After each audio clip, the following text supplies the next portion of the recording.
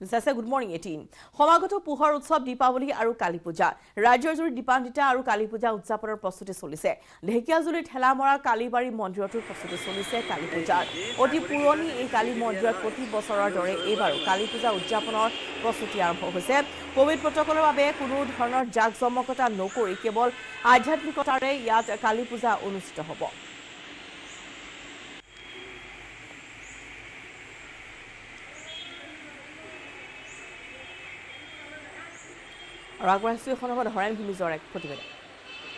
বৰ্তমান উপস্থিত আছো ঠেলামৰাৰ কালীবাৰীত ইয়াত কেনেদৰে কালী পূজা উদযাপনৰ প্ৰস্তুতি চলিছে আমি পুনে পুনে দেখুৱাব বিচাৰিছো এয়া হৈছে ঠেলামৰাৰ যি কালীবাৰী মন্দিৰ আৰু অতি পুৰণি মন্দিৰ ইয়াতে প্ৰতি বছৰে কালী পূজা অনুষ্ঠিত হয় এইবাৰো ইয়াতে কালী পূজা অনুষ্ঠিত কৰাৰ বাবে ইয়াৰ যি পৰিচালনা সমিতি আছে এই সমিতিখনে পূজা উদযাপনৰ বাবে ইতিমধ্যে প্ৰস্তুতি আৰম্ভ কৰিছে প্ৰতি বছৰে ইয়াতে কালী পূজা অনুষ্ঠিত হৈ আহিছে আৰু এইবাৰো ইয়াতে কালী পূজা উদযাপনৰ বাবে ইতিমধ্যে প্ৰস্তুতি আৰম্ভ হৈছে অতি পুৰণি মন্দিৰ কালীপুৰ মন্দিৰ আৰু ইয়াত কালী পূজা উদযাপনৰ বাবে ইতিমধ্যে প্ৰস্তুতি আৰম্ভ হৈছে মই কথা পাতিম ইয়াৰে পৰিচালনা সমিতিৰ বিষয়ববীয়াসকল আছে তেখেতসকলৰ সৈতে দাদা কি ক'ব কেনেদৰে কালী পূজাৰ প্ৰস্তুতি চলিছে কালী পূজাৰ প্ৰস্তুতি আমি ধুনীয়াকৈ চলাই আছোঁ আমাৰ কালী মন্দিৰ 1976ত প্ৰতিষ্ঠিত হৈছে ইমান দিন আমি আটক ধুনীয়াকৈ কালী পূজা কৰি আহিছোঁ কালী পূজাৰ লগত বিভিন্ন অনুষ্ঠান পাতি আহোঁ দুৰ্গা পূজা বিভিন্ন মহাপুৰুষৰ জন্ম জয়ন্তী কালী পূজা ধুনীয়াকৈ পাতোঁ আৰু গভৰ্ণমেণ্টৰ কিছুমান প্ৰট'কলৰ কাৰণে আমি এইবাৰ যিটো বিভিন্ন থিমৰ আমি আয়োজন কৰোঁ কিন্তু এইবাৰ থিমবিলাক কৰিব পৰা নাই যিহেতু SOP এটা আছে গভৰ্ণমেণ্টৰ সেই SOPৰ প্ৰতি লক্ষ্য ৰাখি আমি আমাৰ আধ্যাত্মিকতাৰ প্ৰতি নজৰ বেছি দিছোঁ কেনেদৰে প্ৰস্তুতি কালী পূজাৰ নমস্কাৰ মই নিউজ 18ৰ প্ৰথমে দীপাৱলী শুভ দীপাৱলীৰ শুভেচ্ছা জ্ঞাপন কৰিছোঁ লগতে সমূহ দৰ্শকলৈ মই শুভ দীপাৱলীৰ শুভেচ্ছা জ্ঞাপন কৰিছোঁ আমাৰ এইটো 1976ৰ পৰা জন্ম লাভ কৰা আজি 46 বছৰ ভৰি দিছে এই 46 বছৰ ভৰি দি যি পূজাৰ অৰ্চনা কৰি আছে আমাৰ দুৰ্গা পূজা কালী পূজা শিৱ পূজা সকলো ধৰণৰ পূজা হৈ আছে আৰু দীপাৱলী খুব আহল বহলে মানে খুব ধুনীয়াকৈ আমি কৰোঁ আৰু যোৱা দুৰ্গা পূজাটো আমি এইবাৰ প্ৰথম স্থান থানাৰ ফালৰ পৰা পাইছোঁ সেয়া এটা বৰ আনন্দৰ বিষয় আৰু এইবাৰো কালী পূজাও যাতে ভালকৈ কৰি পেলাই নিয়ম নিষ্ঠাৰে আৰু SOP মানি পেলাই আমি ধুনীয়াকৈ কৰিব পাৰোঁ সেইটো আশা কৰি আছোঁ আৰু তেনেকৈ ধুনীয়াকৈ আচলতে যিহেতু কোভিড প্ৰটকল আছে সেই কোভিড প্ৰটকল মানি ইয়াতে কালী পূজা অনুষ্ঠিত কৰাৰ বাবে তেওঁলোকে সিদ্ধান্ত গ্ৰহণ কৰিছে আৰু ইতিমধ্যে প্ৰস্তুতি আৰম্ভ হৈছে কালী পূজাৰ আৰু পোহৰ উৎসৱ দীপাৱলীৰ মাজত মাত্ৰ দুটা দিন অত্যাধিক মূল্যবৃদ্ধিৰ প্ৰভাৱ পৰিছে এতিয়া দীপাৱলীৰ বজাৰতো ফটকা ফুলজাৰীৰ দোকানতো নাই গ্ৰাহকৰ ভিৰ প্ৰতিবিধ সামগ্ৰীৰ দাম পূৰ্বৰ তুলনাত দুগুণ বৃদ্ধি পোৱা পৰিলক্ষিত হৈছে টংলা চহৰৰ বজাৰতো নাই গ্ৰাহক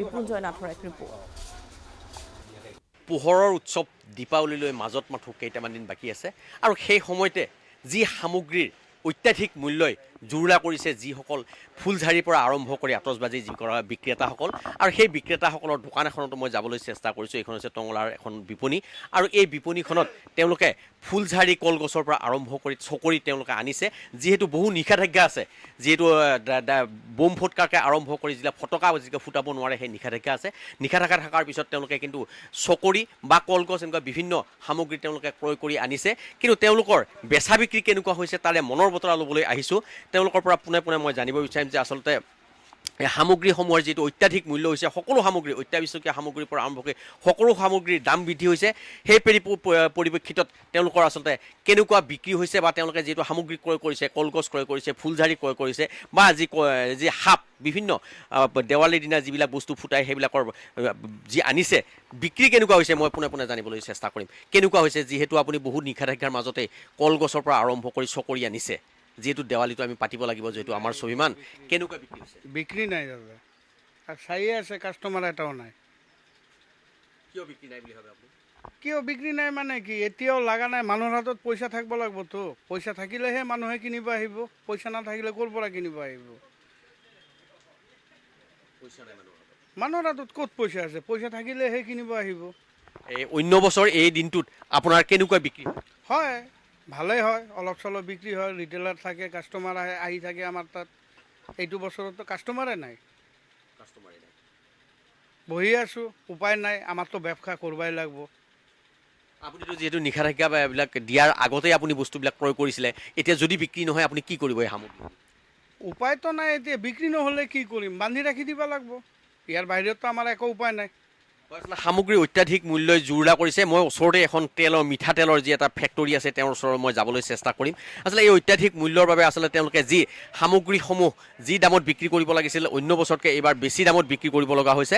মই পোনে পোনে সেই দোকানখনলৈ যাবলৈ চেষ্টা কৰিম, যিহেতু তেওঁ ফেক্টৰীটোত তেল পেৰি আছে আৰু যিহেতু মিঠাতেলেই যি দীপাৱলীৰ নিশা চাকিৰ পোহৰেৰে উজ্বলাই তুলিব লাগিব, এইদৰে আচলতে তেলৰ দোকানত যি মোৰ কেমেৰা সহযোগে দেখুৱাব বটলবিলাক থৈ দিছে।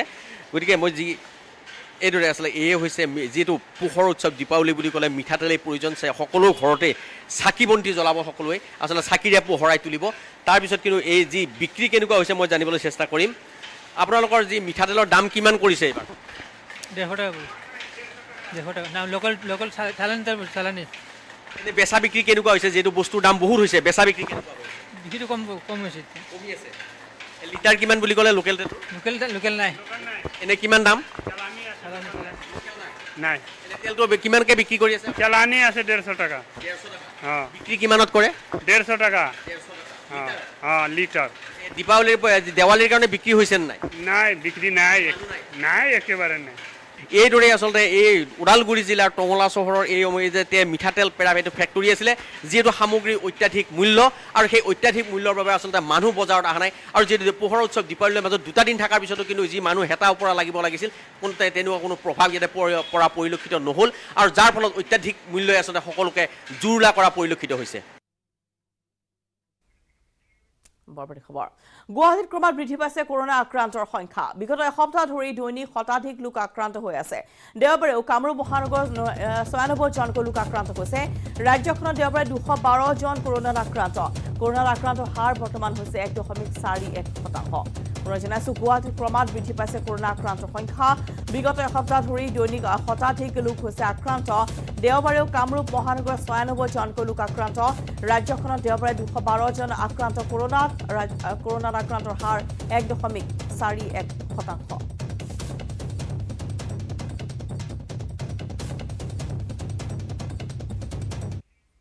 দুধনৈত হাতী মানুহৰ সংঘাতৰ এক ভয়ংকৰ ৰূপ। এইবাৰ সাধাৰণ মানুহলৈ নহয়, বন কৰ্মীলৈ চোচা বন্যহস্তীৰ। বন্দুকৰ গুলীকো কেৰেপ নকৰি উগ্ৰমূৰ্তি ধাৰণ কৰি বন কৰ্মীলৈ খেদি আহিল এটা বনৰীয়া হাতীয়ে। এই শিহৰণকাৰী এক্সক্লুচিভ দৃশ্য বন্দী হৈছে নিউজ 18ৰ কেমেৰাত। বিগত 4 দিনে বনৰীয়া হাতীৰ উপদ্ৰৱে ভয়ংকৰ ৰূপ ধাৰণ কৰিছে বৃহত্তৰ দুধনৈ অঞ্চলত। 4 দিনত 2গৰাকী লোক হাতীৰ আক্ৰমণত মৃত্যু হোৱাৰ লগতে এগৰাকী মহিলা গুৰুতৰভাৱে হৈছে আহত। কেৱল মাথো নিশাই নহয়, দিনতো বন্যহস্তীয়ে চলাই গৈছে সন্ত্ৰাসৰ। দিন দুপৰতে কৃষকৰ পথাৰত নামি ধান খাই তহিলং কৰিছে বন্যহস্তীৰ এক বৃহৎ জাকে।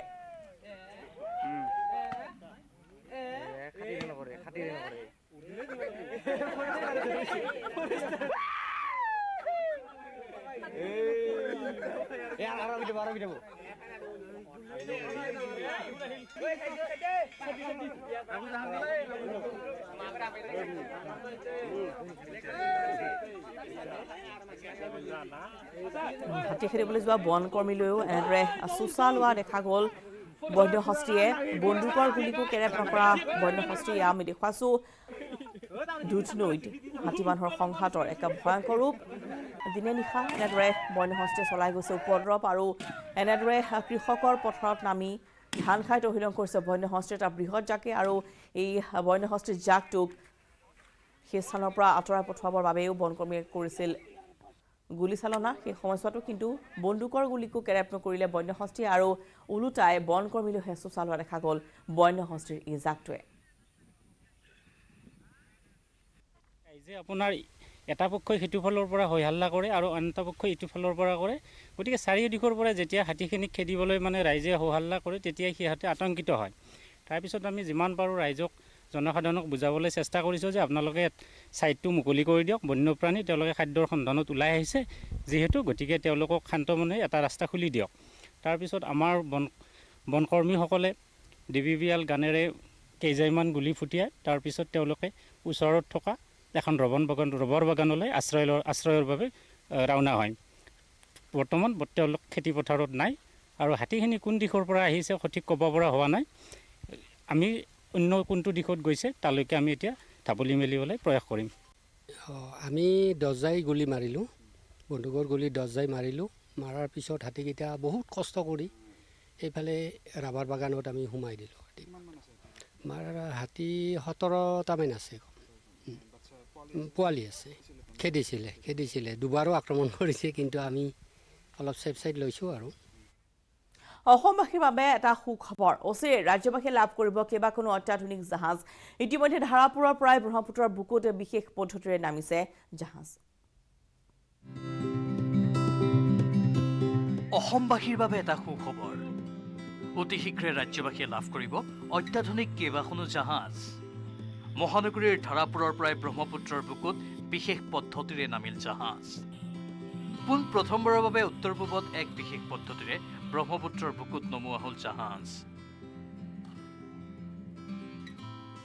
গুজৰাটৰ পৰা 10খন জাহাজৰ সামগ্ৰী আনি ধাৰাপুৰৰ দাস কনচালটেন্সিত ছফ্ট শ্বিপয়াৰ্ড প্ৰাইভেট লিমিটেড গুজৰাট নামৰ জাহাজ নিৰ্মাণ প্ৰতিষ্ঠানটোৱে নিৰ্মাণ কৰিছিল। ইতিমধ্যে 10খন জাহাজৰ 3খন চৰকাৰে মুকলি কৰাৰ পাছত পুনৰ সাজু হৈ উঠিছে 4খনকৈ বিশেষ সুবিধাযুক্ত জাহাজ। এই জাহাজত 100জন যাত্ৰী আৰু 50খন বাইক একেলগে নিব পাৰি। মাজুলীত সংঘটিত হোৱা নাও দুৰ্ঘটনাৰ পিছতেই বিশেষভাৱে অতি দ্ৰুতগতিত নিৰ্মাণ কৰি থকা হৈছে এই জাহাজ কেইখন। जो जहाज का ऑर्डर हमको मिला है 10 जहाज का, और ये इस जहाज का कैपेसिटी है 100 पैसेंजर ले सकता है और 50 मोटरसाइकिल ले सकता है। इस जहाज का लंबा है 32 मीटर लंबा है, 10 मीटर चौड़ा है, साढ़े 10 मीटर चौड़ा है और 1.5 मीटर डेप्थ है। और इसका जो अकोमोडेशन जो है अभी मॉडर्न तरीके से बनाया हुआ है। 10টা মাহত সাজি উলিওৱা হৈছে এই 7খন অত্যাধুনিক জাহাজ। কিন্তু সম্পূৰ্ণ হোৱা জাহাজ পানীত এৰিবলৈ ব্ৰহ্মপুত্ৰত পানী কম হোৱাত বিশেষ পদ্ধতিৰ দ্বাৰা নমোৱা হৈছে। ব্ৰহ্মপুত্ৰত পানী কম থকাৰ বাবে ৰাজ্যৰ বাহিৰৰ পদ্ধতি ব্যৱহাৰ কৰা হৈছে ধাৰাপুৰত। উত্তৰ পূৰ্বাঞ্চলত কেতিয়াও ব্যৱহাৰ নোহোৱা বিশেষ বেলুনৰ সহায়ত পানীত নমোৱা হ'ল জাহাজ। দিনজোৰা প্ৰচেষ্টাৰ অন্তত নিশা পানীত নামিল এই জাহাজ। ये वेसल एक कटमरान डिज़ाइन है, मतलब 2 हल है, बीच में उसको ज्वाइन करके कटमरान डिज़ाइन बोलता है। और इस दोनों कटमरान हल में एक इंजन है, 180 हॉर्स पावर कमिंस का इंजन है, और इसके साथ गियर बॉक्स है, फिर स्टर्न गियर है। इसका स्पीड है लगभग 11 नॉट्स देता है, जो it's a very futuristic design है इस शिप का। আশা কৰা হৈছে এই জাহাজে হয়তো দূৰ কৰিব নৈপৰীয়া ৰাইজৰ বহুতো অভাৱ। ধ্ৰুৱজ্যোতি কলিতাৰ report, news 18 Assam north east. উঠিছো বাতৰি শেষ অংশলৈ। দীপাৱলীৰ দিনা চৌপাশ আলোকেৰে উজ্বলাই তুলিবলৈ দিনে ৰাতি একাকাৰ কৰিছে মৃৎশিল্পীসকলে। ঘৰ আৰু পদূলিমুখ আলোক সজ্জাৰে জিলিকাই তুলিবলৈ এতিয়া মৃৎশিল্পীসকলে সাজি উলিয়াইছে সৰু বৰ বিভিন্ন আকৃতিৰ মাটিৰ চাকি। ডিব্ৰুগড়ত ব্ৰহ্মপুত্ৰৰ পাৰ কছাৰী ঘাটত এতিয়া ভীষণ ব্যস্ত মাটিৰ চাকি নিৰ্মাতাসকল। মথাউৰিৰ কাষতে বাস কৰা 4টাকৈ পৰিয়ালে বিগত 100 বছৰৰো অধিক কাল ধৰি ডিব্ৰুগড়বাসীৰ লগতে বিভিন্ন ঠাইলৈ মাটিৰ চাকিৰ যোগান ধৰি আহিছে। বিশেষকৈ দীপাৱলীৰ পূৰ্বে ব্যাপক হাৰত বৃদ্ধি পাই আহিছে ইয়াৰ চাহিদা।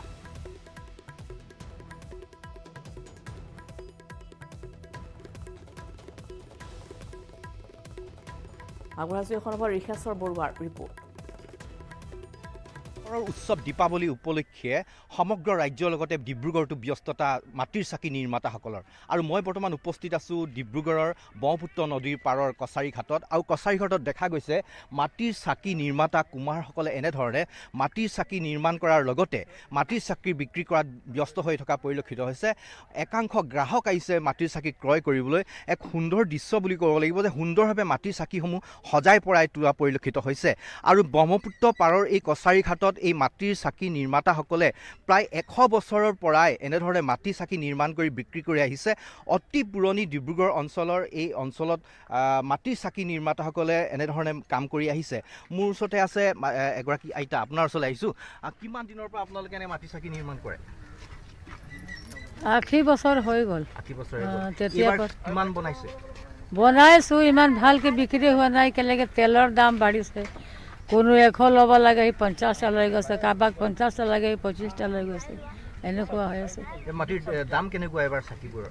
চাকিবৰ দামটো আগৰ লিখিয়াই বঢ়াই নাই, নবঢ়াই। 3 টকা ক'লে মানে কয়ে নিদিওঁ, ইমান দাম 2 টকাই দিয়ে। কিমান মানুহ জড়িত হৈ আছে ইয়াত আপোনালোকৰ এই কামত? আছে, আমি আছোঁ ইয়াত 50টামান আছোঁ, 60টামান, চব মিলাই, সৰু ডাঙৰ মিলাই পিনে।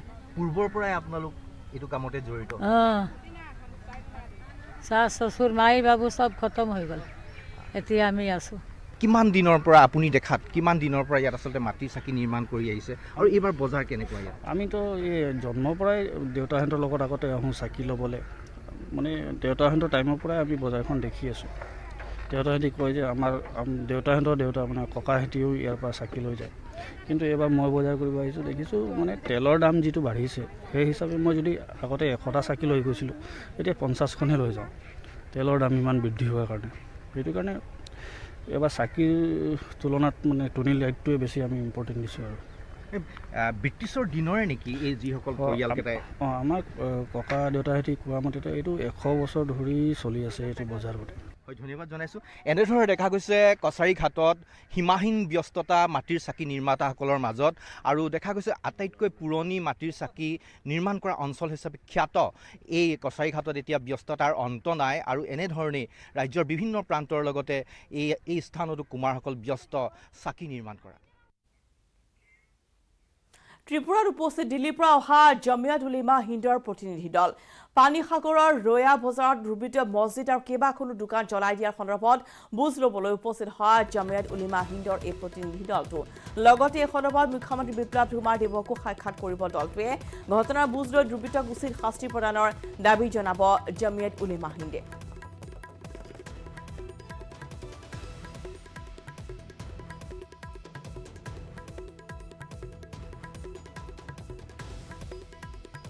और फिर ये सारी जो भी फैक्ट्स हम यहाँ से कलेक्ट करेंगे वो हम ऑनरेबल सुप्रीम कोर्ट में भी प्रेजेंट करेंगे, और हम त्रिपुरा सरकार से भी रिक्वेस्ट करेंगे कि जो भी इनजस्टिस इनके साथ हुआ है, जो लोग भी इस रिस्पॉन्सिबल हैं उनके खिलाफ सख्त से सख्त कार्रवाई हो, और concern DGP, IGP, senior police officers को डायरेक्शन दिया जाए कि इस तरह की रैलियां दोबारा यहाँ पे ऑर्गेनाइज ना हो, क्योंकि इससे आपकी स्टेट का माहौल खराब होता है। आपको तो चीफ मिनिस्टर के पास हो क्या? कोशिश कर रहे हैं हम लोग, अपॉइंटमेंट लेंगे हम, अगर चीफ मिनिस्टर साहब अपॉइंटमेंट देते हैं तो जरूर हम अपनी बात उनके सामने भी रखेंगे। 3দিনীয়া উত্তৰ পূব ভ্ৰমণ কাৰ্যসূচীৰে অসমত উপস্থিত কেন্দ্ৰীয় গৃহ ৰাজ্যমন্ত্ৰী নিত্যানন্দ ৰায়। অসমত উপস্থিত হোৱাৰ পিছতে বিজেপিৰ ৰাজ্যিক কাৰ্যালয়ত উপস্থিত হয় কেন্দ্ৰীয় মন্ত্ৰীগৰাকী। নিত্যানন্দ ৰায় উষ্ম আদৰণি জনাই ৰাজ্যিক বিজেপিৰ সভাপতি ভৱেশ কলিতাই। উল্লেখযোগ্য যে সোমবাৰৰ দিনটোত মন্ত্ৰীগৰাকীয়ে চীন অৰুণাচল সীমান্ত পৰ্যবেক্ষণ কৰিব। ইফালে প্ৰধানমন্ত্ৰী নৰেন্দ্ৰ মোদীৰ কাৰ্যকালত সীমা সমস্যাক লৈ কোনো চিন্তাৰ কাৰণ নাই বুলি উল্লেখ কৰে মন্ত্ৰীগৰাকীয়ে।